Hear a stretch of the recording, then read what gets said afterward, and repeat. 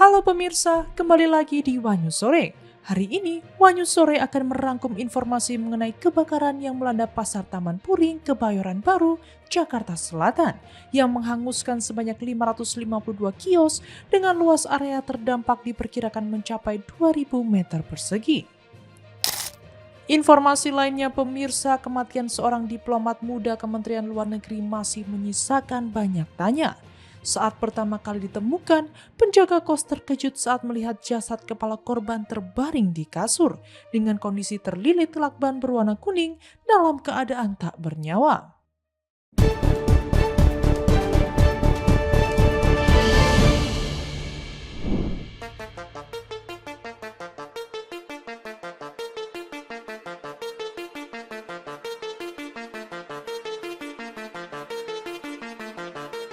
Ketua Umum Partai Solidaritas Indonesia atau PSI Kaisang Pangarep meyakini bahwa ayahnya mantan Presiden Joko Widodo atau Jokowi tidak menganggap bahwa Partai Demokrat adalah dalang di balik tudingan ijazah palsu Jokowi. Partai Demokrat sebelumnya telah membantah menjadi Partai Biru yang disebut-sebut menggerakkan narasi atas ketidakpercayaan terhadap keaslian ijazah S1 Jokowi.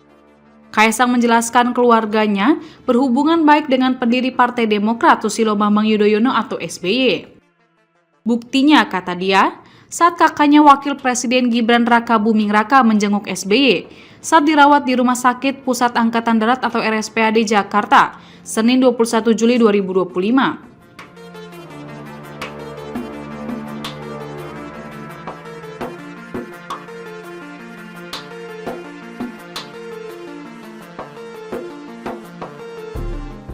Sebagai informasi, isu Partai Biru ini bermula dari pernyataan Jokowi yang menyatakan adanya orang besar di balik sejumlah isu, yaitu ijazah palsu dan wacana pemakzulan Wakil Presiden Gibran Rakabuming Raka. Jokowi menyebut ada agenda politik besar di balik serangan-serangan tersebut. Menurutnya serangkaian isu yang menyerang dirinya dan keluarga berkaitan erat dengan pihak-pihak tertentu yang memiliki kekuatan politik. Tudingan itu mengarah pada Partai Biru setelah Sekretaris Jenderal Persatuan Advokat Indonesia Bersatu, Ade Darmawan, membahas soal ijazah Jokowi. Ade sendiri merupakan pihak yang melaporkan Roy Suryo CS ke polisi atas dugaan penghasutan isu ijazah palsu Jokowi. Ade mengatakan bahwa dalang di balik isu itu berkaitan dengan warna baju biru yang ia kenakan. Di sisi lain, pentolan relawan Jokowi sekaligus Ketua Solidaritas Merah Putih, Sylvester Matutina, menyebut bahwa warna biru yang dimaksud itu mengarah kepada partai politik yang memiliki dominan warna biru dalam identitas partainya. Menanggapi hal itu, Partai Demokrat telah mengeluarkan pernyataan pers untuk menepis tuduhan yang dialamatkan kepada partainya sebagai dalang di balik isu dugaan ijazah palsu Jokowi.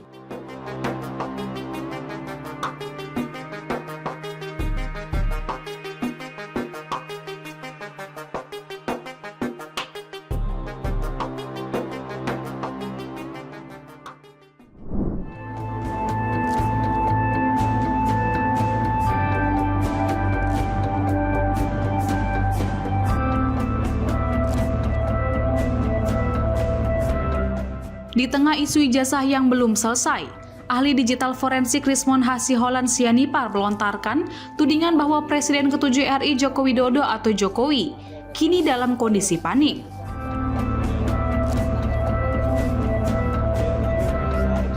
Menurut Rismon, kepanikan itu terlihat dalam serangkaian manuver, termasuk acara reuni dadakan alumni Universitas Gadjah Mada atau UGM Angkatan 1980.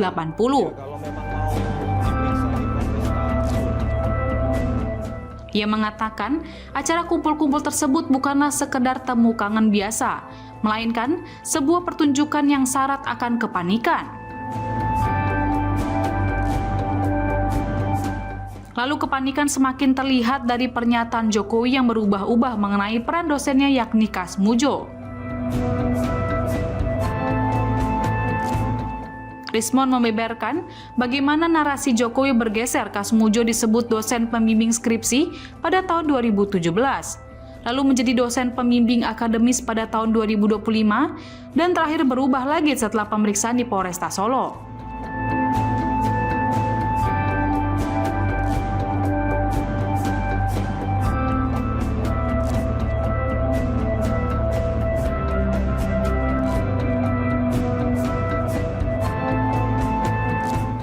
Jokowi sebelumnya mengatakan pada saat reuni bahwa Kasmujo dianggap dosen pembimbing karena sudah 4 kali berkunjung ke pabrik kayu miliknya. Tak konsisten dalam memberikan jawaban, Rismon menilai sebagai bukti kepercayaan publik terhadap Jokowi semakin tergerus. Ia juga menilai acara reuni itu sendiri dipandang sebagai puncak dari kegelisahan sang mantan wali kota Solo tersebut. Bahkan Rismon meragukan keaslian para peserta yang hadir berbaju biru, yang hanya ditampilkan untuk memberi kesan bahwa angkatan Jokowi di Fakultas Kehutanan UGM berjumlah banyak. Ia menyoroti tidak adanya sesi perkenalan resmi yang menyertakan nomor induk mahasiswa sebagai bukti keabsahan. Bagi Rismon, semua ini berpusat pada satu hal di mana Jokowi enggan untuk menunjukkan ijazah asli yang menjadi hak konstitusional rakyat untuk mengetahuinya. Menurutnya, Jokowi malah lebih memilih untuk terus menghindar.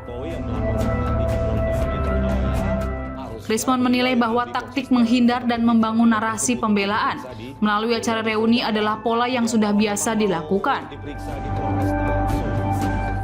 Untuk itu yang memberikan solusi agar masalah polemik ijazah palsu tersebut berhenti dengan cara Jokowi mengakui saja kalau drop out atau DO dari UGM atau sarjana muda.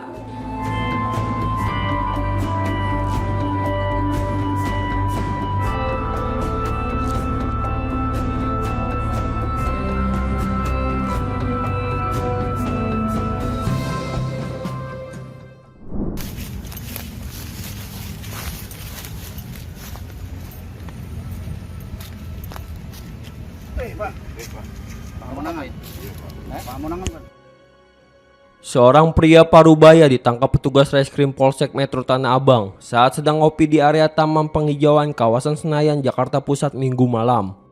Pria tersebut merupakan salah satu dari 3 pelaku pencopetan yang beraksi saat laga Timnas Indonesia U23 melawan Thailand di Gelora Bung Karno pada Jumat pekan lalu. Korban diketahui adalah seorang purnawirawan TNI berpangkat Kolonel Infanteri. Meski sempat mengelak, pelaku tidak bisa berkutik saat petugas menemukan sebuah ponsel hasil kejahatan di saku celananya. Biasa beraksi sama siapa aja, Pak? Yang ketemu aja, Pak. Hah? Ketemu aja. Seketemunya? Iya, Pak. Ada inceran cewek cowok gitu? Nggak ada, Pak, asal ketemu orangnya. Nyalang aja handphonenya. Iya, Pak. Biasanya lu buang kemana? Jual kemana? Kan saya, Pak, yang jual, Pak. Oh, ada teman lagi, kawanan? Iya, Pak. Berapa orang biasa kalau beraksi? Nggak nentu, Pak. Ketemu orangnya aja, Pak. Berapa orang? Kemana kamu biasanya buangnya? Nggak tahu, bukan saya yang jual, Pak. Daerah mana? Bukan saya Nggak yang tahu jual, juga? Pak. Nggak tahu, Pak. Ini mutus Saya yang berapa cuma- kali nih? Baru ini, Pak, saya. Kenapa nggak langsung dijual ini? Belum ada yang mampung. Iya, Pak. Korban mengaku menjadi sasaran pencopetan saat hendak memasuki gerbang utama kawasan Gelora Bung Karno dalam kondisi berdesakan dengan penonton lainnya. Begitu menyadari sakunya dirogoh, korban langsung membekuk pelaku. Namun sayangnya, ponsel korban telah berpindah tangan ke pelaku lain yang melarikan diri.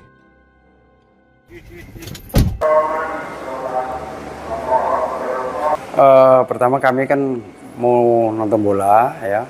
Kemudian pada saat saya mau masuk ke pintu gerbang, saya dipepet sama seseorang ya dengan meraba kantong sebelah kiri saya terasa, kemudian saya tangkap tangannya.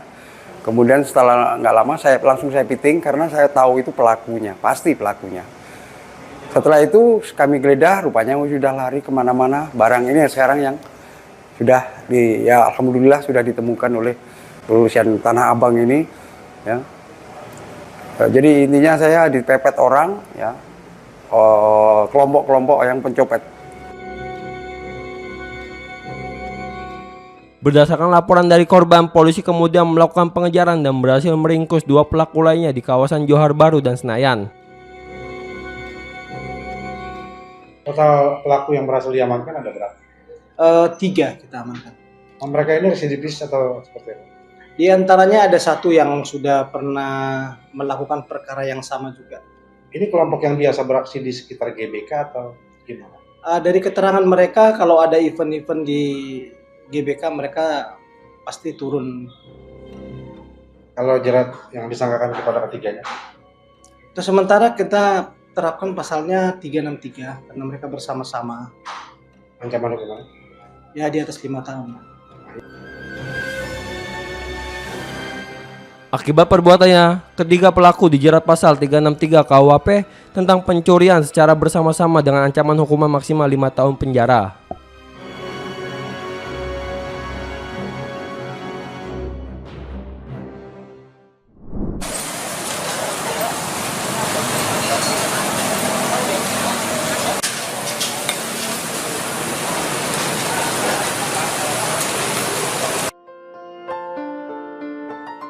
Beginilah kondisi Pasar Taman Puring Kebayoran Baru, Jakarta Selatan pada Selasa dini hari. Para pedagang tampak berusaha mengais sisa-sisa barang dagangan yang masih dapat diselamatkan dari puing-puing kebakaran. Hingga Selasa dini hari, petugas pemadam kebakaran masih melakukan proses pendinginan untuk mencegah api kembali muncul. Kepala Dinas Penanggulangan Kebakaran dan Penyelamatan DKI Jakarta, Bayu Megantara menyebutkan bahwa sebanyak 552 kios hangus terbakar dalam peristiwa ini. Penyebab pasti kebakaran belum bisa diketahui.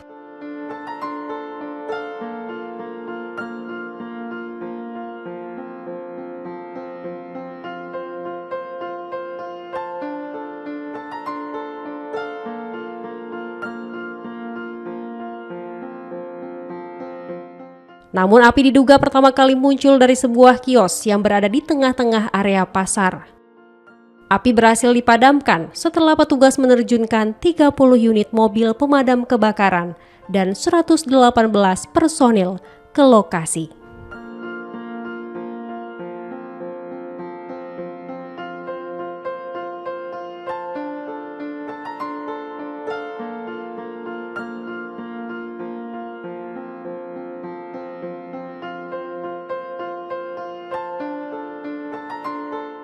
Pendinginan masih terus dilakukan oleh tim kami Dinas Gul Karmat Provinsi DKI Jakarta.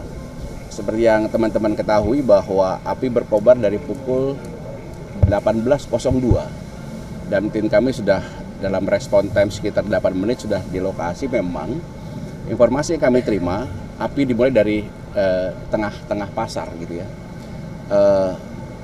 Teman-teman di sini ini sudah berupaya untuk memadamkan api menggunakan apar, tetapi memang yang namanya api cukup besar, dan karena apa, material yang ada di sini, ya alat yang dijual itu adalah barang-barang yang mudah terbakar. Dan pukul 19.58 kami alhamdulillah udah berhasil menyisir dan melokalisir kawasan di ini.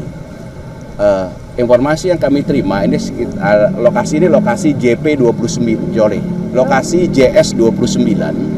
Ini jumlah kios ada 552 kios, dan itu mungkin dengan luasan sekitar 2.000, kemudian bangunannya sekitar 1.500 meter persegi. Sementara itu ya kami lakukan. Pemicunya Pak, mungkin seperti apa Pak? Sampai saat ini masih dalam penyidikan, tetapi untuk personil kendaraan kami kerahkan 35 unit dengan 118 anggota kami. 118 anggota kami. Dan kami lakukan suplai air dari 2 titik, itu dari Velbak dan dari Taman Langsat. Jadi air mencukupi untuk mensupport pemadaman di malam hari ini. Pak, berarti ini bangunannya seluruhnya habis ya Pak? Demikian. Yang kami saat ini masih ada 6 petugas kami yang berupaya untuk memadamkan sisa-sisa api, dan tetap ada mungkin teman-teman dan anggota kami yang standby di sini sampai dengan esok hari memastikan bahwa betul-betul sudah padam seluruhnya. Antara itu. Pak, tapi di dalam ada orang nggak Pak? Iya Pak. Alhamdulillah informasi sampai dengan ini tidak ada korban jiwa. Demikian juga anggota kami 118 orang, alhamdulillah tidak ada yang terluka.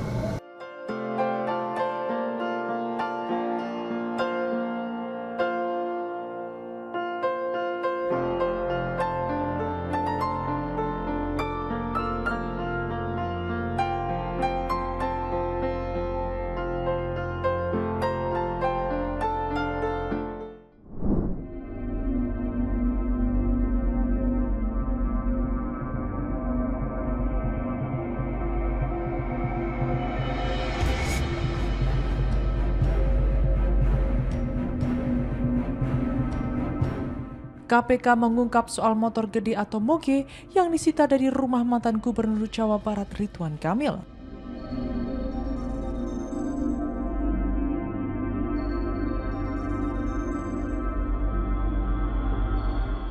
KPK mengatakan kepemilikan moge tersebut bukan atas nama Ridwan Kamil.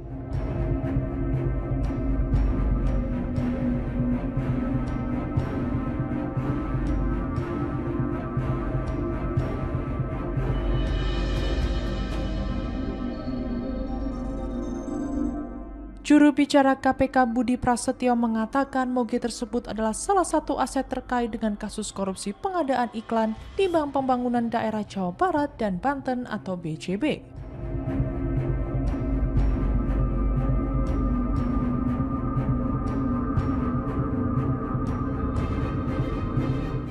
Budi menyebut penyidik akan melakukan pengecekan kepemilikan moge tersebut.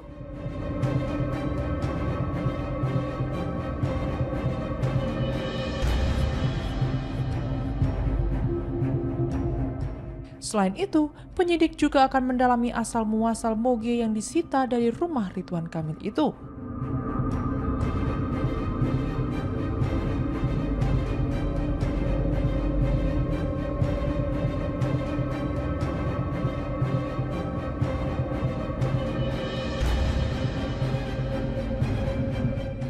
Sebelumnya, pelaksana tugas Deputi Penindakan dan Eksekusi KPK Asep Guntur Rahayu mengatakan Ridwan Kamil bukan menyamarkan kepemilikan moge tersebut.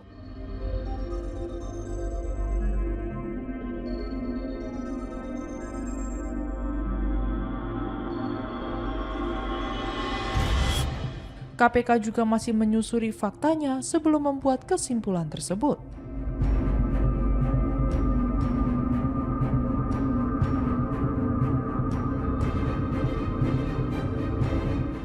Diketahui moge yang disita bukan atas nama Ridwan Kamil, melainkan ajudannya.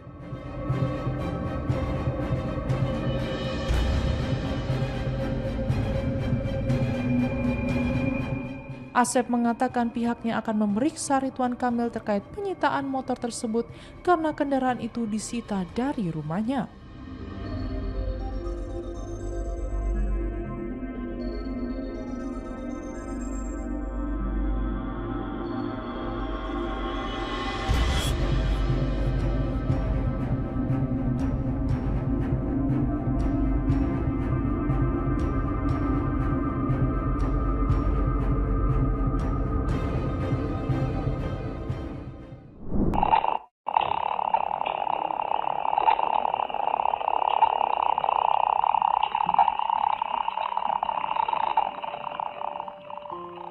Kematian seorang diplomat muda Kementerian Luar Negeri atau Kemenlu berinisial ADP masih menyisakan banyak tanya. Saat pertama kali ditemukan, penjaga kos terkejut saat melihat jasad kepala ADP terbaring di kasur dengan kondisi terlilit menggunakan lakban berwarna kuning dalam keadaan tak bernyawa.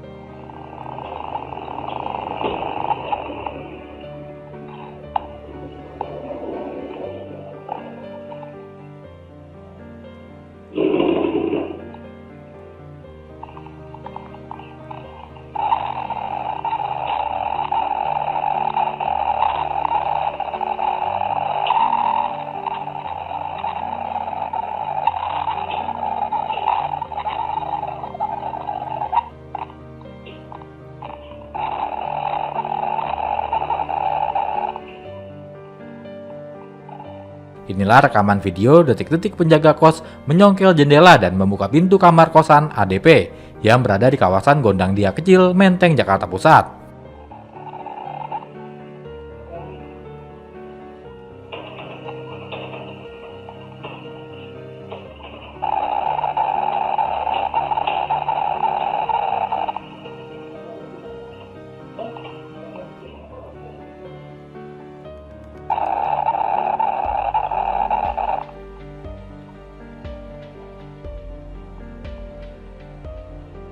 Dengan menggunakan sebuah obeng, akhirnya penjaga kos berhasil membuka dan masuk ke dalam kamar.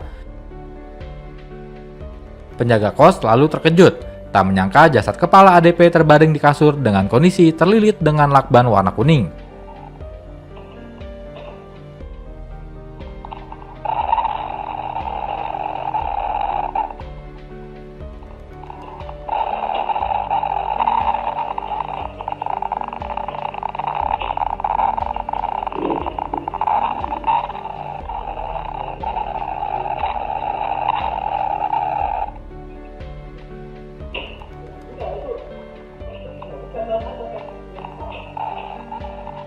Saat ditemukan, ADP sudah dalam keadaan tak bernyawa. Hingga saat ini pihak kepolisian masih terus menyelidiki kasus kematian diplomat Kemenlu tersebut.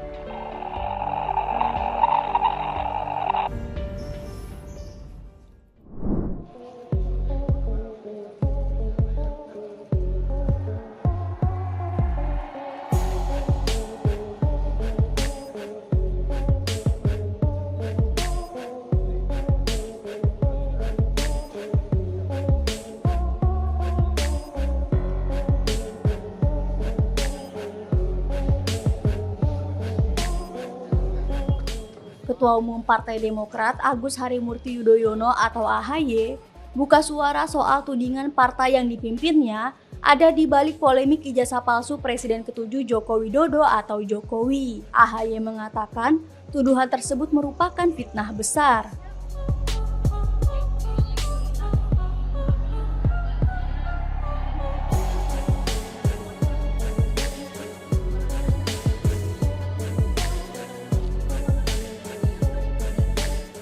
Hal itu disampaikan AHY sebelum masuk mobil meninggalkan lokasi acara pembagian sertifikat hak milik kepada 228 warga di Desa Golong, Kabupaten Lombok Barat.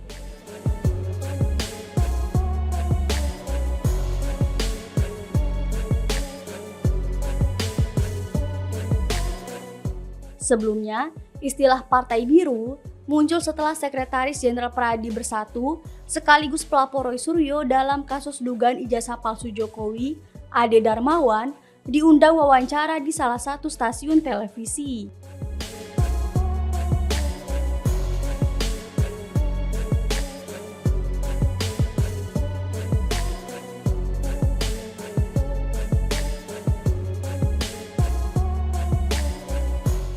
Dalam tayangan itu, Ade tak menuduh langsung siapa sosok yang dimaksud Jokowi. Namun ia meminta agar publik melihat baju yang ia kenakan, di mana saat itu Ade mengenakan baju berwarna biru.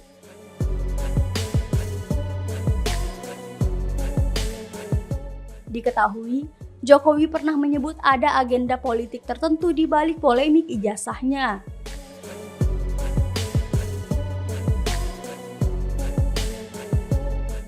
Sementara itu, pakar telematika Roy Suryo mengatakan partai tempat dulu ia bernaung tidak ada sangkut pautnya dengan isu ijazah palsu Jokowi.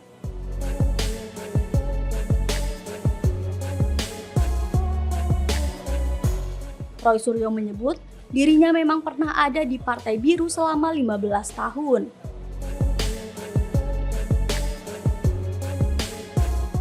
Tak hanya itu, Roy Suryo bahkan pernah menjabat sebagai wakil ketua umum di sana.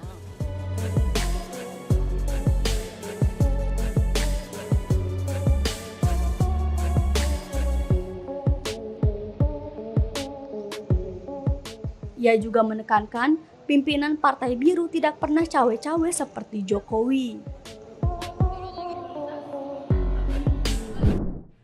Demikian informasi yang dapat kami sampaikan pemirsa. Terima kasih telah bergabung bersama kami. Sampai jumpa di Wanyus Sore berikutnya. Setiap hari pukul 7 malam hanya di kanal YouTube TV Wanyus.com.